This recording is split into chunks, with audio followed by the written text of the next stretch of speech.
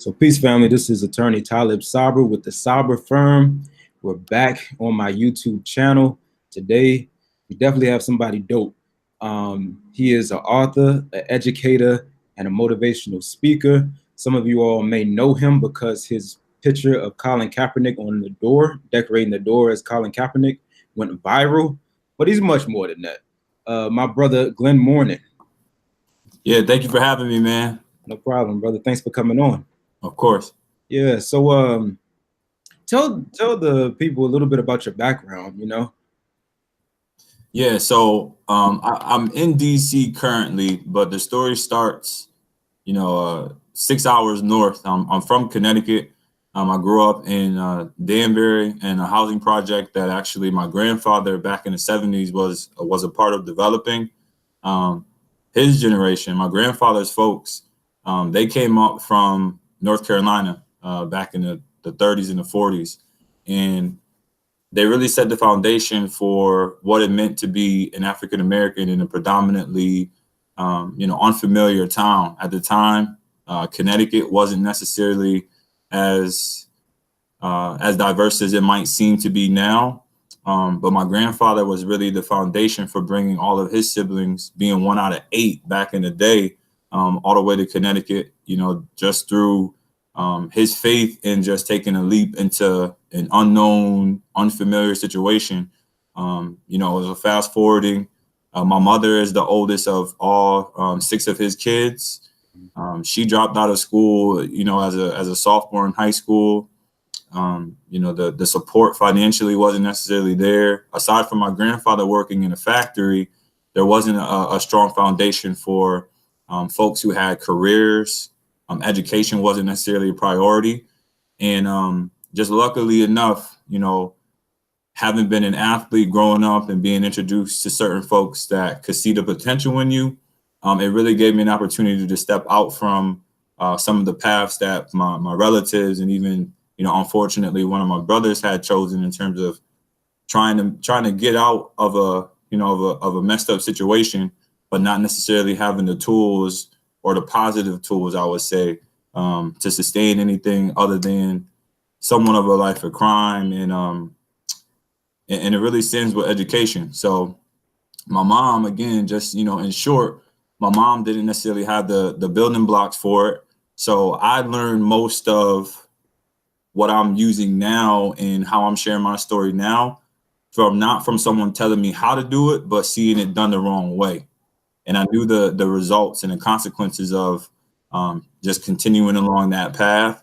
And, I have nothing but love and respect for my family, but I do think that my purpose in life is to somewhat break that cycle entirely, even, to kind of start a new chapter, not just for my generation, the late 20s, early 30s, but even to show, the older folks at home that although they didn't necessarily give us as much as mainstream society may have valued as a successful path, that them supporting us through things that are unfamiliar to them.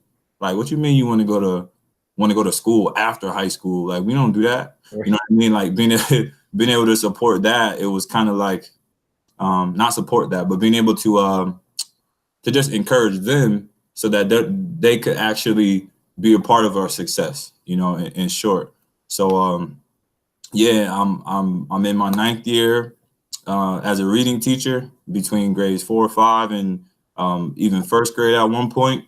And I'm just excited for what's next and the opportunity to even now pour into more kids and families with the amount of experience that I'm bringing to the table for 2019.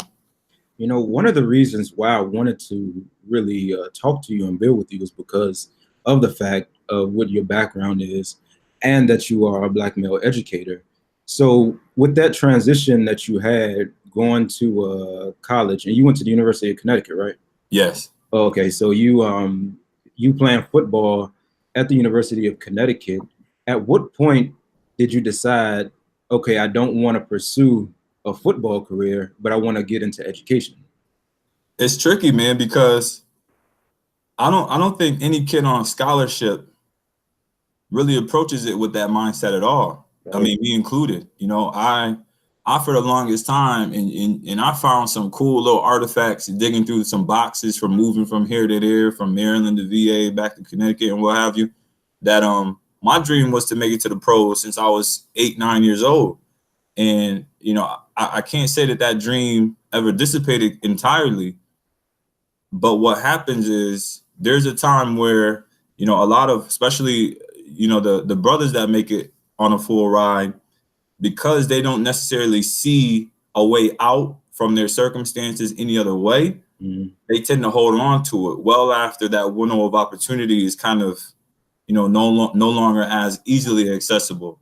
So I knew I wanted to give back 16, 17, 18, you know, volunteering for after school programs and things like that. Did I know I wanted to go into the classroom at 20, 21? Not necessarily, but I knew I wanted to do something involving the community and kids, especially kids that reminded me of myself. So to answer the question, it's more so like you just got to face that hard reality. It's like a hard stop. You know, you almost got to know when enough is enough. And my story isn't as exciting in terms of the ball playing because I never necessarily matured into the superstar athlete that, you know, was kind of all talked up to be. So it was an easier decision for me because I had never tasted like that big time, you know, all conference ESPN top 10 highlight, you know, lifestyle. You know, the kids around me had, you know, my guys that were just recently in my wedding, some of my boys that I grew up with, but never having tasted it entirely, I didn't really know, like disconnecting from that dream was a little easier for me, Right. you know? Okay. And that, like you said, that is interesting because you find that a lot of, particularly the young brothers who are in sports, will use that as a vehicle or see that as their only opportunity to be able to get out.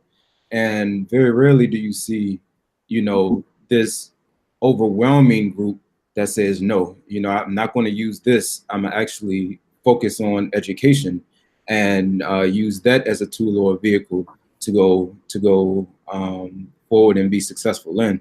So I think that your story is quite interesting in the sense that you elected that route and you chose that route and you had the knowledge to be able to do it because maturity will play a role in that, right?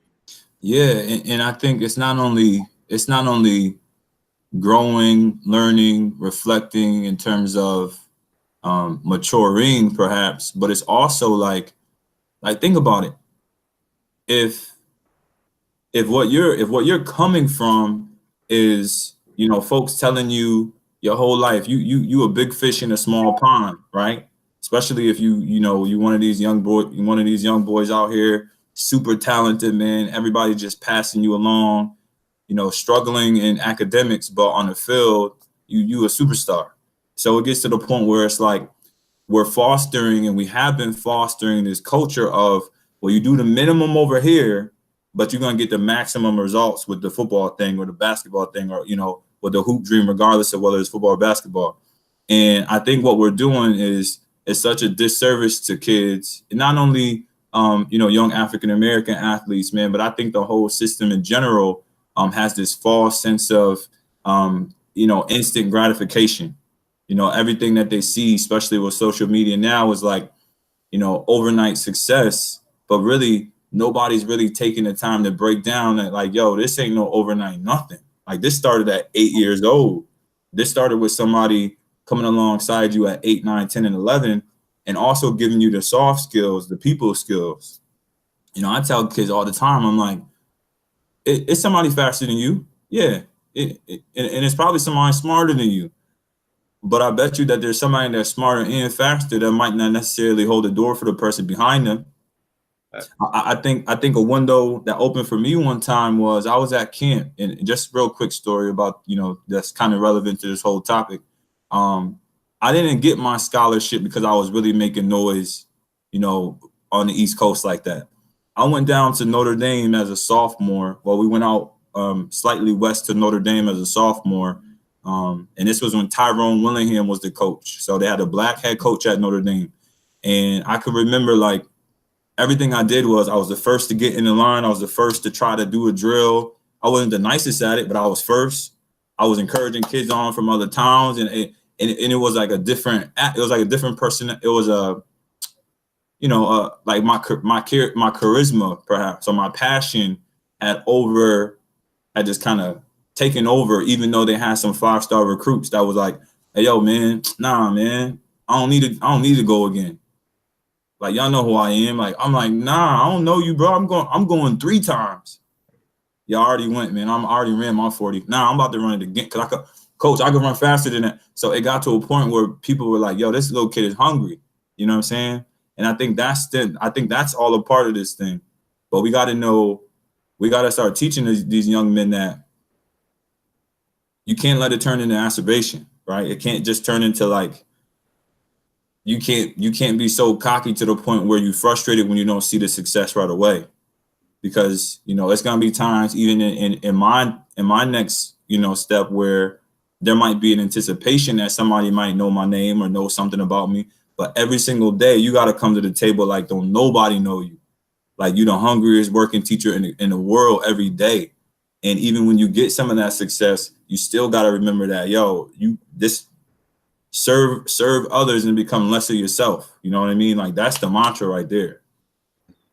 People have this reverse ideology that when you get to the top, you become the leader. But really, all the leaders are the ones serving everybody around them. The more people you serving, the more leadership qualities you even exhibiting. You know what I'm saying? So that's really what it's all about. Teach, man. That's facts, man. Like, how do you remain? Because the qualities that you're talking about essentially is like humility, service, which ties into who you are. Where did that come from? Yeah, so I've never really answered this question directly, but it's wild because I have the answer. I finally have the answer. All right, let's see. Yeah, so my mom, Lillian Mourning Harris, right? She to me was the person that I always wanted to be like. Everybody loved my mom. She's still alive. Thank God my mom has been through it all. She's had strokes in her mid 30s. She's had open heart surgery a year ago. Recovering from different negative habits throughout her youth and what have you, right? But she was always the lady that everybody knew. Now, how they knew her was a whole different story. You know what I'm saying? My mom was the one run up in the little Friday night car game and put it on my tab. Lil, you don't got no tab. You know what I'm saying? Like, that was my mom. But the energy that she brought to the table was was full of so much love, man. It was like, I never understood why kids that had their own room, some of the white boys that I ended up playing ball with and befriending as a child, why they wanted to come to my house.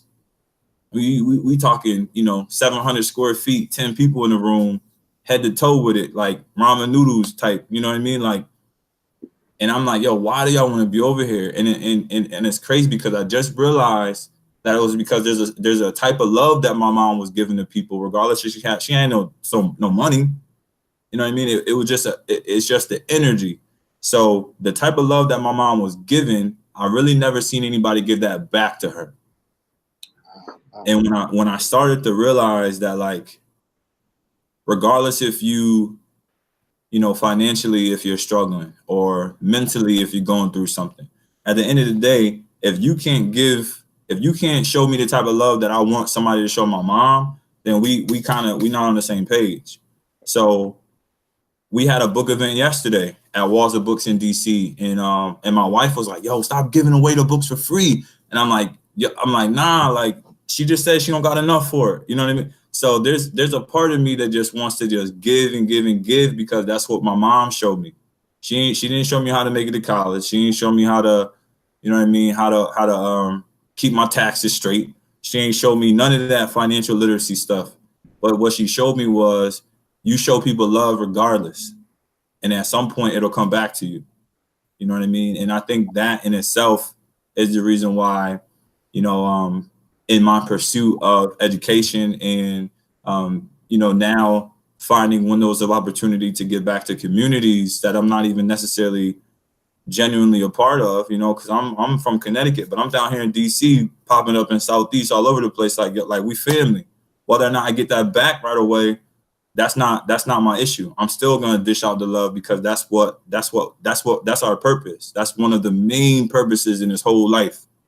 You know what I mean? So if there's some big time mainstream success that's gonna come, all I'm gonna do is give it right back. You know what I mean? But like, we joke around about, you know, the books that I write. One day somebody said, yo, you know, Scholastic or you know, Disney. Somebody crazy one day be like, yo, this the contract. I'm taking that cheese, I'm gonna pay a little debt off, and I'm giving that money right back. I'm finding a way, Boys and Girls Club, we're gonna open this, we're gonna do this. That's all it's about. And it's a lost start nowadays, brother, because you find that so many people kind of have been just jaded from life and life's experiences that, you know, we've somehow lost a little bit of that. Just yeah, they want to keep. As soon as you get a little bit, you want to keep it. Exactly. Yeah. Exactly. And not really you pay it forward, like how so many others have done for us to put us where we are at this point in time. And in particular, how you're talking about your mother, just that feminine energy, and just the mothers to be able to sustain, you know, our existence and how we are now, like just the power that they have, that Black women have, to help where we are in this point in time, I think has gone a lot under the rug as far as acknowledgement for it. And the purpose that you have for your mother is amazing. Yeah. Like, absolutely amazing. Now, you mentioned something before about overnight success and telling young kids that what you strive for to have that long-term sustainable type of success doesn't happen overnight. How do you curtail as a fourth grade teacher, how do you curtail kids' expectation that it has to happen overnight? Yeah, so a lot of the things we see that kids bring to the table, that, you know, they want to see change, where they want to see change happen. A lot of those things, and success looks different to everybody, right? But a lot of those things that kids are trying to overcome, especially at a young age, are out of their control. You know, it's, you know, my dad is locked up. My mom's boyfriend is such and such. We live with my aunt. We live with my grandma. So just, if we don't necessarily show the kids that we care about them as a whole child, then really any information or any suggestions or any type of wisdom that we try to pour into them, they're not hearing it anyway. So the very first thing that we got to do prior to kind of coaching them through this and planting these seeds are actually just building foundational relationships first. So I spend a lot of my time opening up and just sharing with kids, like, yo, I don't know what you're going through, but let me tell you about the time when I was 9. And they'd be like, what? For real? I'd be like, yeah, man. Cops ran up in the crib, knocked the door down, boom. Everybody, I thought it was like, they'd be like, yo, what? Because they see us in the shirt and tie every day, and we have to set a certain type of example to where they don't necessarily see the direct connection, regardless if I'm a Black man, because I don't necessarily come off as if I am the same dude that might be able to sit at your grandma's house in the kitchen, because I ain't saying certain things. I'm not using certain words. So there's a disconnect. But in terms of kind of getting over that hump with building persistence, I think that's kind of, you know, the key to it, right? There has to be a way for us to then say, this is where we are, right? This is your baseline data as a reader. This is how you are interacting socially. This is how you respond to trauma right now. This is how, you know, how far you could go in life if nothing changes. And if this is where you want to be, this is the frustration that's taking place, right? So your reality and your end destination, the space in between that is just all frustration, but it's also opportunity. So if you're not necessarily being shown how to take those steps for those building blocks to even take place, if it's not being modeled, then what you want to do is go from here to here right away. It's like you don't know how to struggle through it to keep going. You don't necessarily have people in your life saying you could do it. Come on, you got this. Look how further you got from last week. 2 months ago, we weren't able to do this. Come on, you got it. So that reinforcement, the positive reinforcement is only if it's only happening from 8 to 3, we lost. You know what I'm saying? So while it's a great approach to make sure that the kids are made aware, we've got to then circle back, and it's got to be the mom's got to be on board, grandma got to be on board. You gotta you gotta pop up to the game on Saturday when you know it's an hour and a half away and you don't even got no gas money as a first year teacher. Like, you got to do things, and it might not even seem sustainable, right? But it's just one step at a time, man. And once you come alongside a child, especially 8, 9, and 10, let alone middle and high, where it's a little more trickier in terms of, making those authentic connections. But once you come alongside of them and they start to trust you and they realize that this ain't, you're not judging them for things that they can't even control anyway, I think that's when they can start. That's when they start listening to, like, okay, Mr. Mourning said, give him 20 good minutes. Mr. Mourning said tomorrow, give him 22 good minutes. And then once they start tracking that progress, then they start understanding that, like, yo, okay, well, I ain't gonna go from 5th grade AAU to LeBron tomorrow, but there's still a goal that I can hit that'll get me even closer to that goal, right? So you got to start from somewhere, and not every situation is the same, and and lastly, that's kind of like another thing that adults have to understand too. Like, you might take the same approach with one kid, you might have some awesome success. 2 years later, they might come back thanking you, but there's also kids that we pour our lives into that you might never see again. You know what I'm saying? And you just have to be okay with understanding that you planting seeds, and you just have to pray and hope that the next year somebody's going to water that seed and just keep nourishing that child. So you got to be committed to it, because it's a lifestyle. It's not a job. What we do, man, is if you in it for the right reasons, you understand that this ain't no go do something else. You know what I mean? If you ain't in it for that, you got to go do something else. Thanks. So how do you implement some of your teaching methods and how you reach kids? Because you said it's not from, just 9 to 5, but it's a everyday type of thing. Like, how do you incorporate your teaching methods with the methods that has to be used through the curriculum? Because we hear stories and we know about the fact that you may be a bit restricted with regards to what the school system gives you, but how are you able to successfully incorporate the skills and the things that that works on the outside into the classroom? Yeah, I think if you do something with fidelity and you have results that you can't argue, right? If you have growth targets, testimonies from families that are exemplary for what the school's mission might even be, right? You want to foster lifelong learners. You want to develop supportive relationships with parents. You want to see kids growing, for data points and benchmark assessments. If you do the programs with fidelity and you build relationships with folks and they can see your work from the inside pouring out, I think in any building, you eventually start finding opportunities to have a little bit of autonomy when it comes to modifying things here and there, right?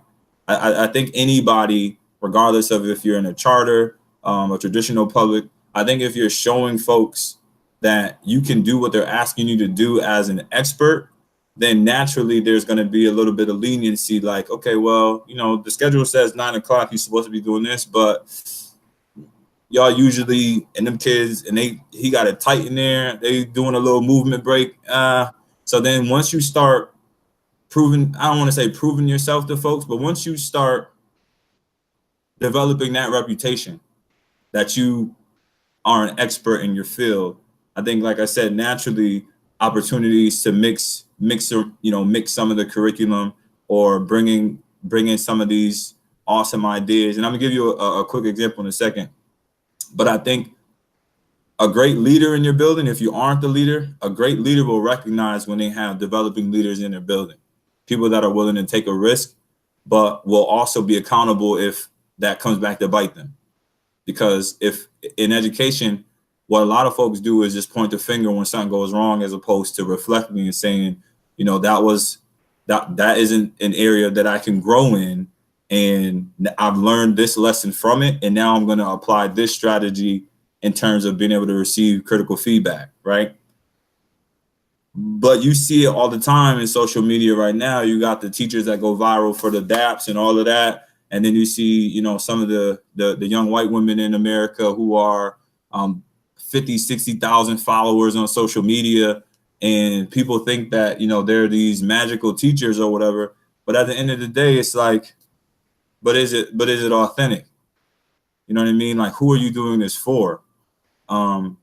So I could kind of tie in the Kaepernick thing that was kind of cool and whatever, you know, it provided me nothing more than an opportunity just to speak to more people and connect with the community more. But a lot of the conversation around February is, it's Black History Month again. Here we go. So all these people are going to do these little fancy things, and then Valentine's Day, they're going to forget that they Black, and then they're going to go spend $1 million for the world, and you know what I mean? And they'd be broke at the end of February and then going to March. But it's like, you got to remember who you're doing it for. Like, when I say we, my network is pretty dynamic, which is why I've been there for, this is going to be my 4th year. In the charter world, man, people jump from school to school, school to school. But there's something unique within my charter network because of the fact that they allow us to explore those conversations with our Black and brown boys and girls. They absolutely give us the opportunity, and they even promote, you know, making sure that these kids know their value, not the value that the world's going to place on them, or if they walk down to Georgetown, our kids don't even know that Georgetown is a part of their city. You know what I mean? DuPont Circle, like there's certain spots in DC where our kids some of them sometimes don't even leave the MLK block. Some of them don't even leave Trinidad. Sometimes they don't even leave. You know what I mean? Like, it's wild to me, because if we don't give them the soft skills to know how to navigate through their own city, how far are we really expecting them to go? Thanks. Now, I'm not saying you got to change and you can't dap somebody up and, you know, use the vernacular that you grew up with or whatever. I'm not saying that. But I am saying that if you are somebody that wants to be able to explore and open other doors for yourself, there's a certain expectation on the other side of the door. And until you get to the other side, there's somewhat of an expectation. I'm not calling it you got to play the game. And I'm not saying that, you know, you gotta be less of who you are to fit in with folks.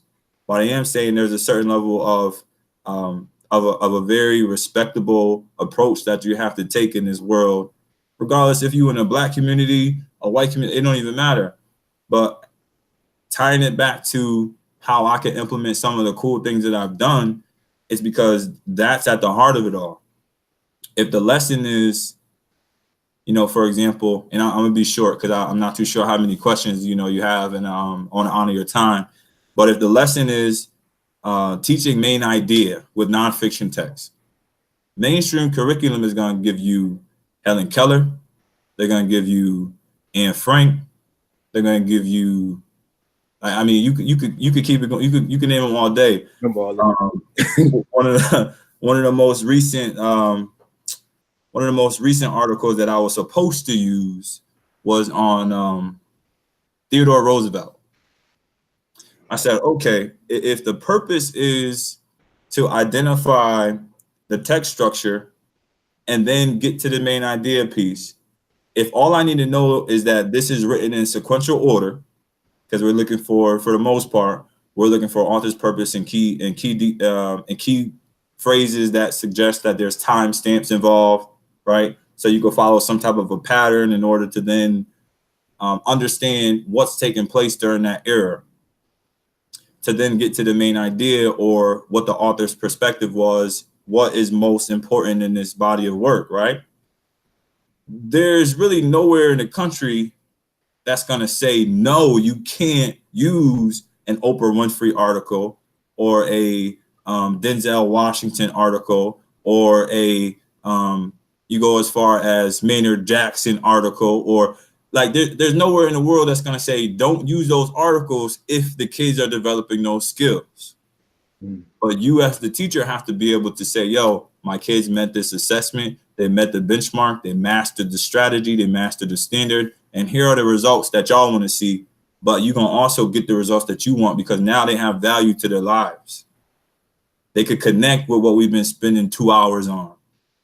You know what I mean? You still might have that one kid throw a fit, bump the chair over or whatever. But no. This dude right here, he went to Dunbar High School, right across the street. For real. Matter of fact, let's walk to Dunbar. Let's go to Dunbar tomorrow. Yeah. This is where, you see what I'm saying? Like, it's their city, man. And I think that, and I'm speaking, you know, about DC in general a little bit. Well, not Jackson down in Atlanta. But you get what I'm saying? It's like you got to make these connections, man, and the kids got to see that you are willing to make those jumps. Mr. Mourning, why we got to do this?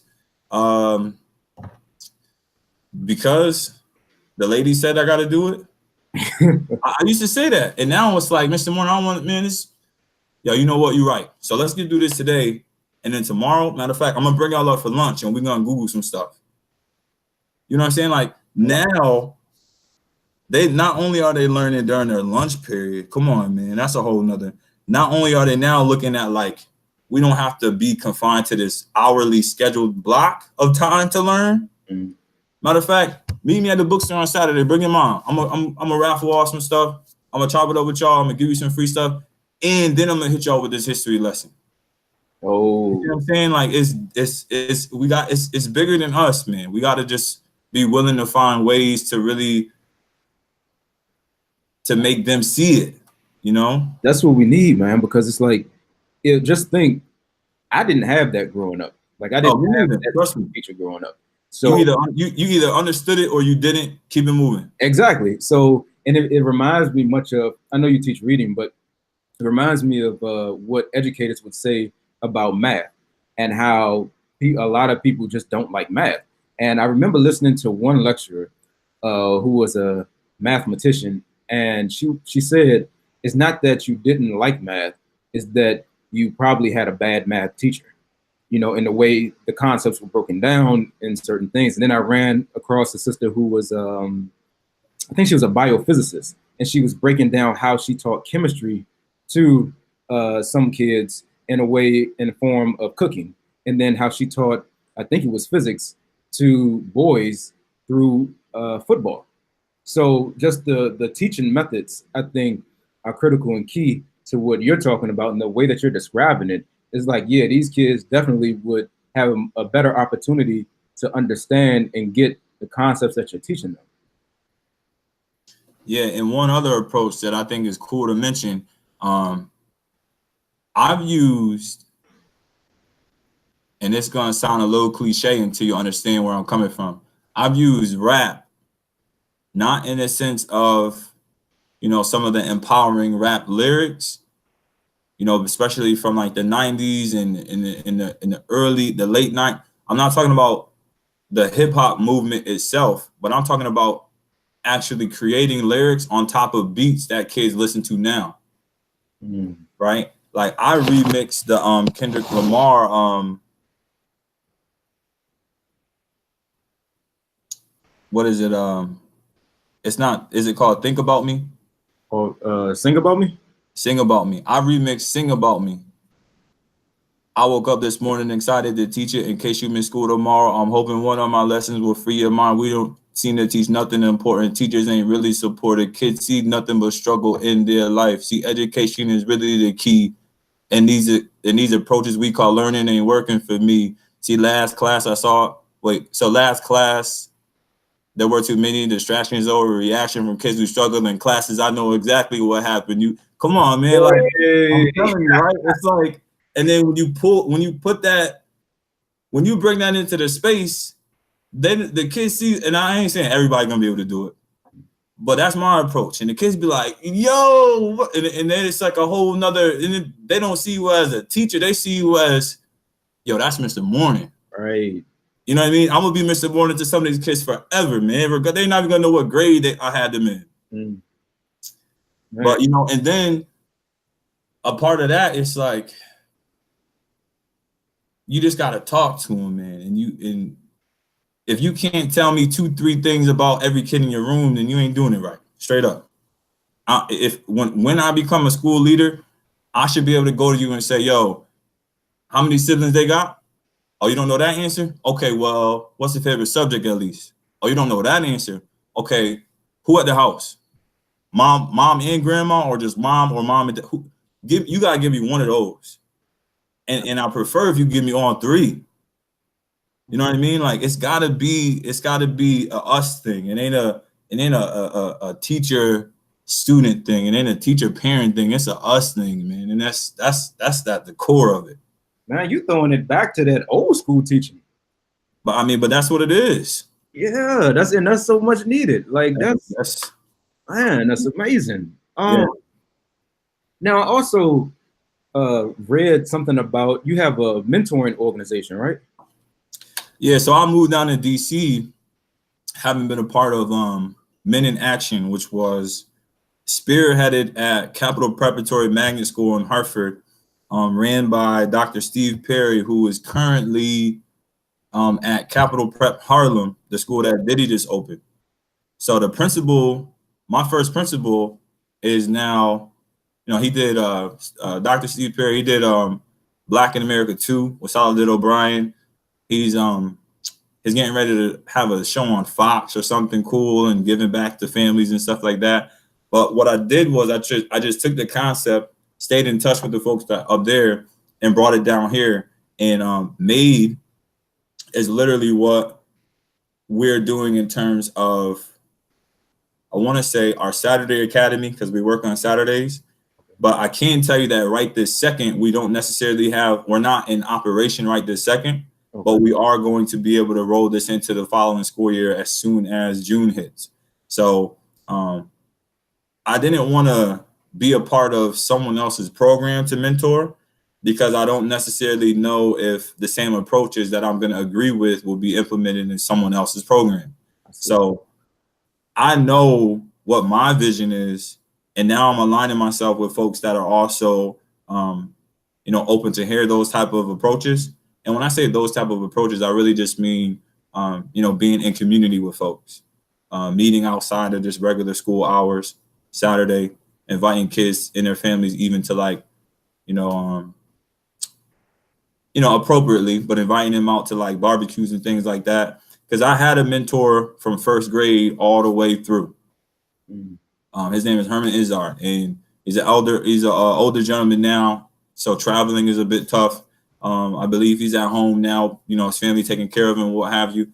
But if I didn't have a mentor that said, yo, these 30 minutes Monday and the following Wednesday and blah, blah, blah, blah, blah, these 30 minutes ain't going to give me what I need with this kid. I need to see him for like an hour, and I need to see him on Saturday, and I need to bring him the hair.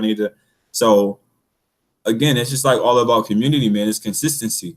Because when I first moved to DC, and I'm just briefly wrap up the MADE mentoring idea and how we're going to roll that out. But when I first moved to DC, the kids were calling me Mr. I didn't get it.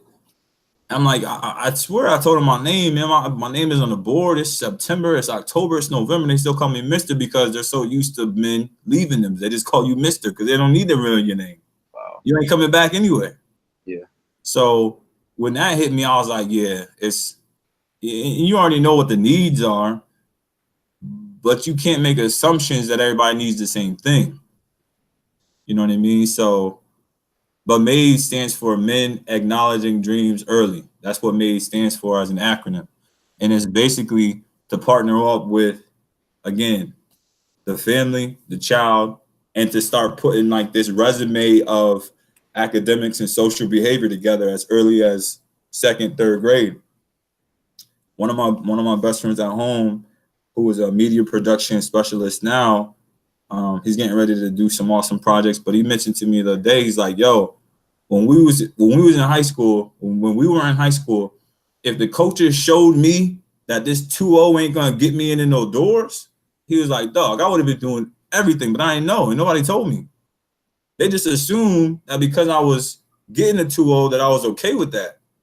Ain't nobody really give me the blueprint. And I was like, yo, I knew you was trying, but I couldn't help you. I was trying to help. I was a kid myself, you know, when we was 16. Like he was like, yo, if somebody gave me the blueprint, G, I would have followed it to the T, man. So you know, there's that saying that kids can't become what they can't see and all that mess, man. If you believe that, then why are you not showing them then? Shay. If you believe that is a true concept, then why are you not taking these kids? Like we went to West Point. I saw a black man in uniform for the first time. I wasn't a cop, who was actually like a service member of like an elite all black young blacks with the. I was like, yo, that's crazy. Who is like? It looked like something on TV, man. You know, we had a youth center back at the crib, the Harambe Youth Center, man. Mr. Bill Curtis, my man, he served for like 30 years at the Harambe. But it's like they brought us, they showed us stuff, man. They brought people in. You know, Flex Washington back in the day. Yeah. They brought not Funk Flex, but the skinny dude who had a TV show back in the day. 1-on-1, right? Yeah, him and the young girl at the time. Yo, he came, told us a story about how he got shot in the leg. I remember that like it was yesterday. You know what I mean? Like they brought folks to us, man. They said, yo, you might be at the crib, your mom might be on drugs, you might be this, but you could do it if you do these things. People just assume that when we acting out as minority youth, man, they just assume that we're acting out because we want to. We're acting out because we just want somebody to help us, show us the right way. Exactly. Just show me the way, man. Exactly. You know what I mean? So that's kind of just what it is. That's the mission. And one thing that I would say is it's not show them the way because where they are is wrong. It show them the way so that when they come back to where they are, they'll have the tools to bring other people with them. You know what I mean? Like that's what it is. Cause I don't got no shame bringing my now wife to my crib. When I was in high school, oh nah, I wasn't nobody coming over to the crib. Nah, like you can't even take your shoes. You take your shoes off at my mom's old crib, man. Your socks gonna get dirtier than the bottom of the shoe. You know what I mean? Like I grew up in that, so I get it. But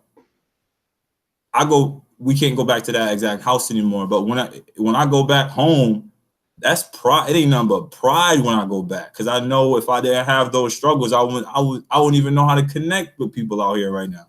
Facts. With the kids, you know? But yeah. That's important.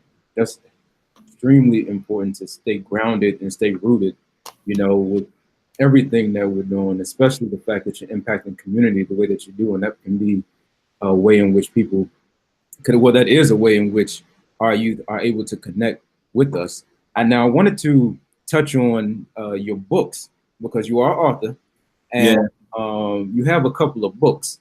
So I know about Crunchy Life. So whichever one you want to start with, tell the family about your life as an author and the books that you have out now. Yeah, so it briefly starts with the fact that I am a reading teacher in an upper elementary capacity, right? So my kids that I teach throughout the last 8 or 9 years have been 9, 10 years old. And one of the main components of my job, how I literally keep my job, is through a strategy that most schools in the country use. It's called guided reading. Guided reading is literally, it can be referred to as an intervention at times, but it's a small group setting where you've got no more than 4, maybe 5 kids at a time, and they all have a similar skill that they're going to be working on. But more importantly, the complexity of the text has to be within a range for them to be able to access with a little bit of your help, hence guided, right? So for like 7, 8 years, man, I've been planning lessons with these trade books, short chapter books, nonfiction, you know, books, articles, different literary texts. And I've read all of them from the Wimpy Kid, the Diver Wimpy Kid series to any of the graphic novels that are popular now to one of my favorite series of all time, The Magic Treehouse, Mary Pope Osborne. And none of those stories, at the core of them, share the experiences of Black and brown children.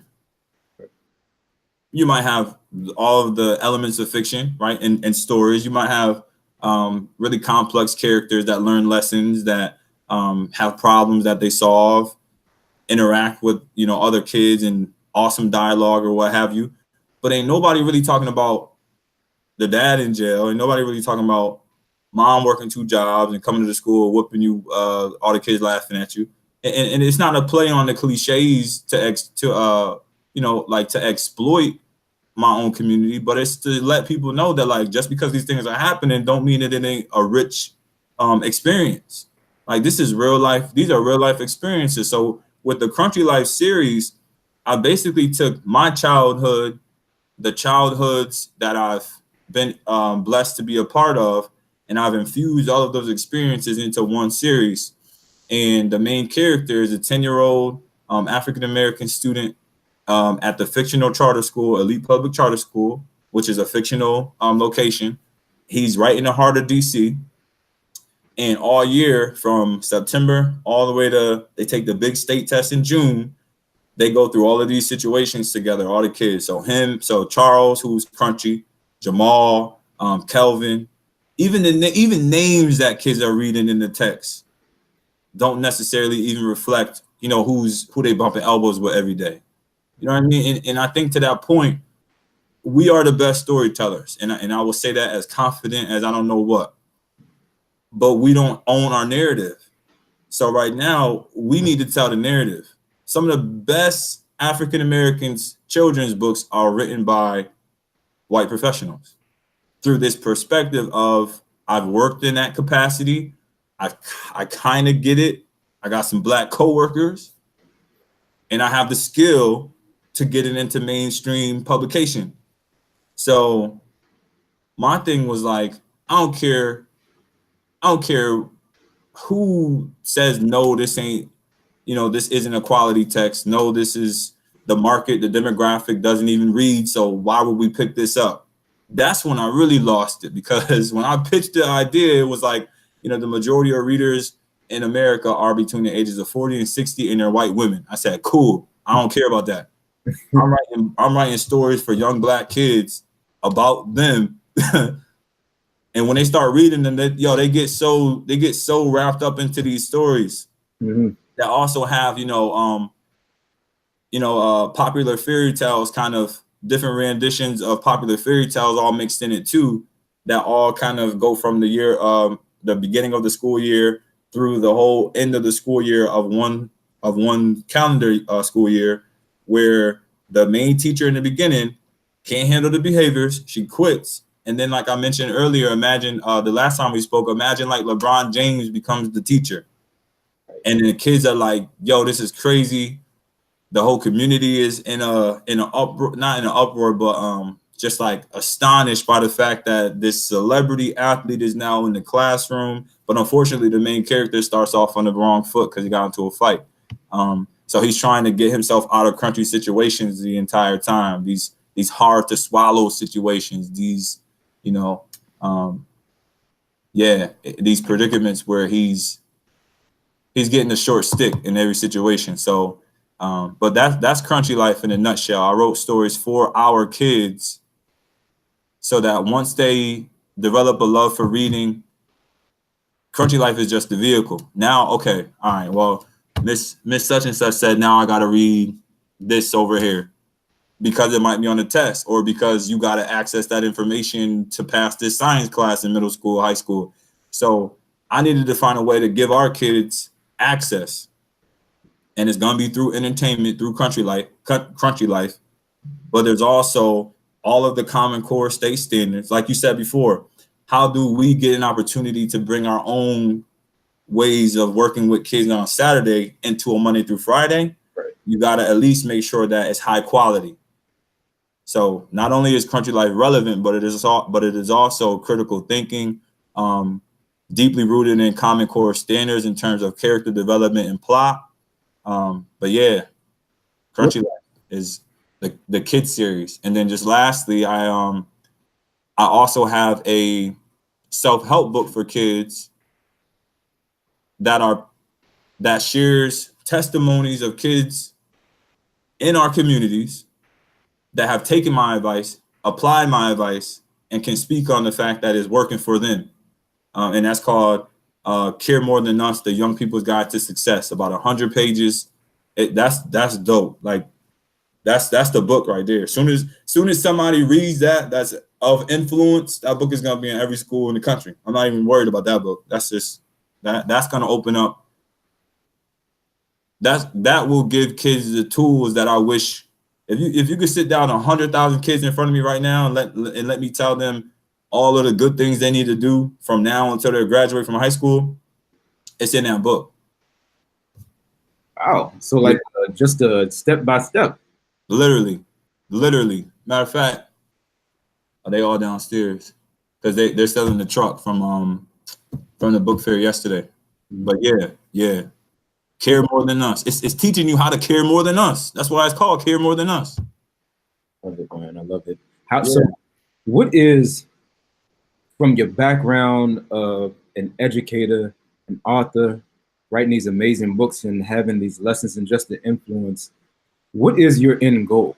Like 20 years from now, 30 years from now, what would you like your legacy to be? To have a community center that's operated by the community, where you got the elders that could do, story time, daycare for young single moms that need to go to work, all funded by however I'm gonna get this vehicle moving, where you have workshops where folks like yourself and me come in and then sit down the youth between ages 8 and 15 and give them all of the skills, all of these positive, motivational, encouraging words of wisdom after school. The youth center will also be self-sustainable in terms of providing,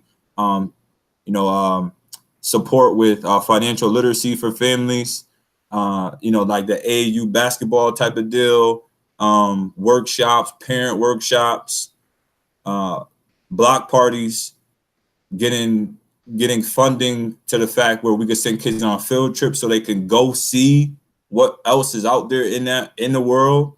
And aside from that piece right there, along with that same model, I do want to come to terms with this dream that I've had of making Elite Public Charter School an actual charter as opposed to just a fictional school in my Country Life series.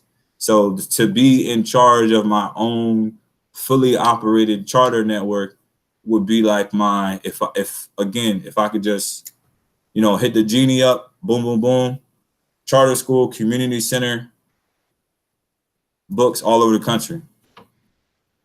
Wow. Yeah. But I gotta also mention that none of this is for me. And it's hard to hear that and be like, come on, man, what you talking about? Ain't none of this for me. Like, you could take my name off of it, you could take my face out of it, but if I'm getting the results and and my vision is able to pour into that system to lift people out of the mess, that's my whole drive right there. That's my whole purpose. I want to be able to do for families what I wish somebody would have did for my mom in '87, before we ended up in my grandma's basement, struggling, for her to have had to just be a part of the welfare system for the whole time. Whatever, like every single thing that I wish my mom had access to is what I want to give to families in my long-term goal.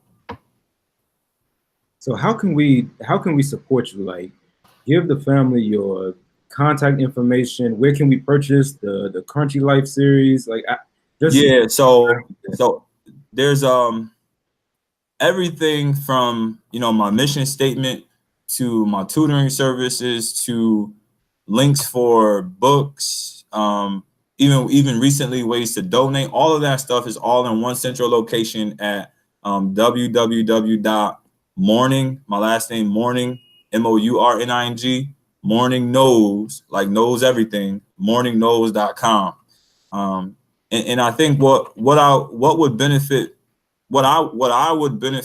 the most from is just people passing along my message word of mouth so that I can get in front of more folks to share these messages. the majority of what I'm looking to do right now within this next 6-month plan is to literally just get in front of kids and speak. And again, some people look at me like I'm crazy because I know it's coming and I'm not tripping over that. But as long as I got gas in the car, I'm going. Like it ain't about nothing else. Like this is such a genuine approach to giving back to the kids, man, because like I said, if I didn't have my mentor and 2 amazing teachers in the early 90s intervene at the right time, only God knows where I'd be right now, man. I wouldn't be, ain't no way.